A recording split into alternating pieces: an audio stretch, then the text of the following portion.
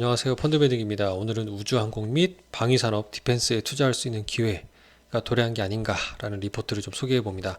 해외 투자 부문에서는 우리 S&P 우주항공인 디펜스 ETF가 있고요.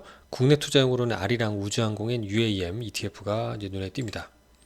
미래에셋증권에서 투자 확대, 비중 확대로 지난 9월 20일 날 방산 및 항공우주 분야에 대한 리포트를 좀 발간하신 바가 있어요. 연쇄 반응에 대한 얘기도 하고 계시고 주된 내용으로는 이렇습니다. 글로벌 금비 확장 기조가 단기간 끝날 게 아니라 장기 트렌드가 될 것이라 라고 보고 계시고요. 지정학적인 이슈가 더욱 격화될 것으로 전망하고 있기 때문입니다. 우크라이나 러시아 전쟁을 기점으로 전 세계 국가들이 금비 증강을 계획하고 있고 늘릴 수밖에 없다라는 환경이 되고 있고요. 시대전환이나 평화배당이란 얘기도 좀 등장을 하고 있네요. 일단 빨강색이 해외 투자용 우리 ETF고요. 연간 연초 대비 10%, 그리고 녹색이 국내 주식에 국내 방산에 투자하는 이제 아리랑 ETF입니다. 이것도 한 8.5% 상승을 한 바가 있는데 최근 1년이네요. 연초 대비가 아니라. 근데 이거 대비 상승하는 부분을 보면 저점을 쭉 이어보면 추세적으로 이렇게 상승과 하락을 반복하는 걸 보면 다시금 진입하기에 좀 좋은 시점으로 볼 수도 있어 보입니다. 일단 나토 국가들이 대규모로 무기 획득 사업을 추진하고 있고 그 규모도 커지고 있고요.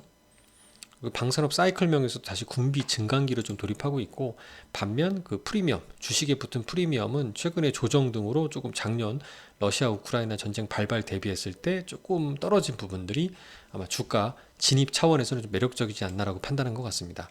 일단 비어진 곳간을 채워야 되는 건 마찬가지죠. 일단 군 비축량을 보충해야 되고 구 소련제 무기 체계로 되어 있던 동유럽 국가들일수록 그거에 대한 교체가 더 시급할 겁니다.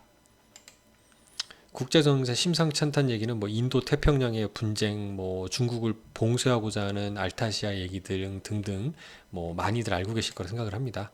군사적 협력에 대한 얘기 뭐 당연한 얘기고요. 방산 패러다임도 보면 최근은 오히려 이렇게 재래식 무기에 대한 선호도가 높아졌다는 부분들, 반면에 이 숙련공이나 부품 부족으로 인해 생산이 딸립니다. 그러니까 그 얘기인 즉슨 생산 확장에 몇 년이 소요된다는 것은 수요는 물밀듯이 들어오는데 공급이 지연된다는 얘기는 이런 생산하는 업체 입장에서는 아주 꼰돌이패가 되는 거죠. 몇 년치 일감을 쌓아놓고 있는 상황일 수 있겠습니다. 이런 의견도 있습니다. 특히 항상 지정학적인 리스크가 있는 우리나라 한반도 입장에서는 미국 정부와 군수업체 입장에서 한국은 북한의 위협을 핑계로 지속적으로 무기를 판매해 수익을 내기 좋은 시장이고, 지금처럼 보수 정부일수록 어떤 여기 보이는 것처럼 뭐 전술지대 유도무기나 F-35 전투기라든가 흔히 이제 미국 정부로부터 미국 군수업체로부터 무기를 많이 사줘야 되는 보수 정부의 좀 특징이 있다 보니까 이제 그럴 경우일수록 군수업체 입장에서는 수익이 많이 나겠죠. 그러니까 이제 우리나라보다도 미국의 이런 항공, 방산 업체들에 대한 주목을 할 필요 있지 않을까라는 생각도 거듭해 봅니다. 참고로 이건 미래에셋증권 입장은 아닙니다. 그리고 그뿐만 아니라 우주 기술도 되게 중요합니다. 북한이 이제 비대칭 전력으로 장사정포 외에도 ICBM 같은 걸 발사를 하기 때문에 이 부분에 대한 포착 및 뭐 탐지, 그리고 요격까지 이어지는 게 이제 우주 기술이 필요한 거고, 테슬라의 어떤 저궤도 위성을 통한 자율주행도 우주 기술이 필요할 겁니다. 이 개념도인데요. 저궤도, 중궤도, 정지궤도에 보면 이렇게 수많은 위성들 그리고 기술들이 들어가는 걸 볼 수 있습니다. 여기 자율주행차는 굳이 담지 않더라도 이 엄청난 많은 전자장비와 그리고 기술적인 그 자본이 좀 들어가야 되는 상황이 아닌가 생각이 들어서 또 투자 매력도는 장기적으로 높다라는 생각 당연히 드는 거고요. 재사용 로켓에 대한 스페이스X 동영상 앞서 제가 소개해드린 바가 한 번 있었고, 발사체당 발사 비용도 급격히 떨어지고 있습니다. 우주여행 가고 있고 달에 가서 이제 광물자원 캐서 오는 시대로 이제 가고 있는 거죠. 상업용 위성의 발사 서비스라든가 우주산업 시장 규모 여전히 커지고 있는 건 명확해 보입니다. 이 부분은 선진국일수록 투자할 수 있는 국가일수록 더욱더 높아진다는 게 중요한 포인트라고 볼 수 있고, 그런 관점에서 지금의 주가 하락은 좀 장기적으로 봤을 때 투자할 수 있는 충분한 좀 동인이지 않을까.